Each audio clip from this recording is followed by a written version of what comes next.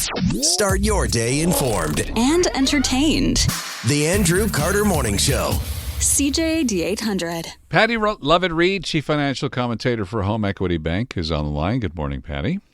Good morning, sir. So I've been wondering about this. We're told that nobody has any money, but apparently people are still spending, especially younger Canadians. You know, it was interesting. I started to reflect on the weekend. What does FIFA and SpaceX have in common? What they have in common is that the consumer is still out there spending.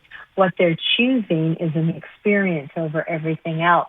You know, there used to be, Andrew, this old assumption from generations past. I was in that generation, that when budgets get tight, consumers just simply stop spending.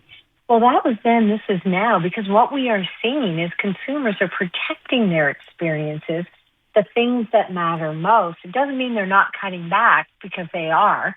There was a PayPal survey that said 44% of Canadians would reduce discretionary spending in order to attend match or participate in World Cup-related experiences.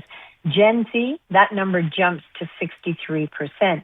So what I'm figuring out here is the consumer is reallocating. In other words, they're not broke. They're prioritizing where they're spending their money. It's not the first time, by the way. Taylor Swift, travel, festivals, and other sporting events. They're making very conscious choices. And probably very wise choices. I mean, you live long enough, you realize that it's the experiences, not the things that Isn't stay that with you. interesting That that you stay say with that? you. Yeah. Yeah, because that is so true.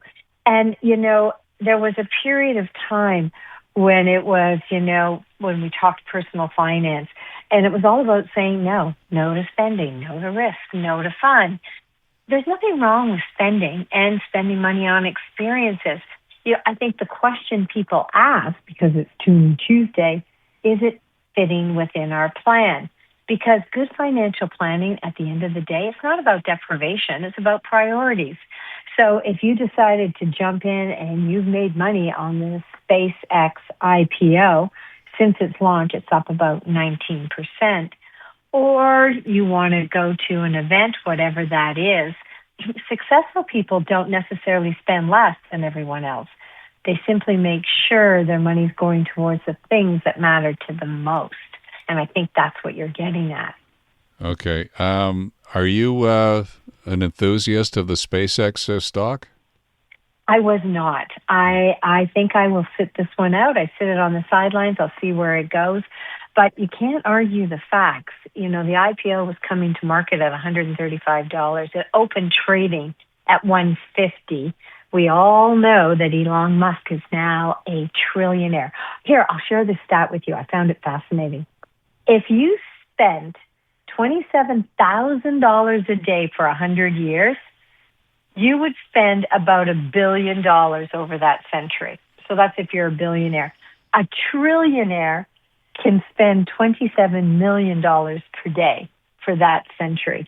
So for 100 years, Elon Musk can go ahead and spend $27 million a day. Well, I'm just saying. Well, I hope he doesn't figure out how to live 100 years for the sake of the rest of us. You have a great day. Thanks a lot, my friend. That's Pattie Lovett-Reid.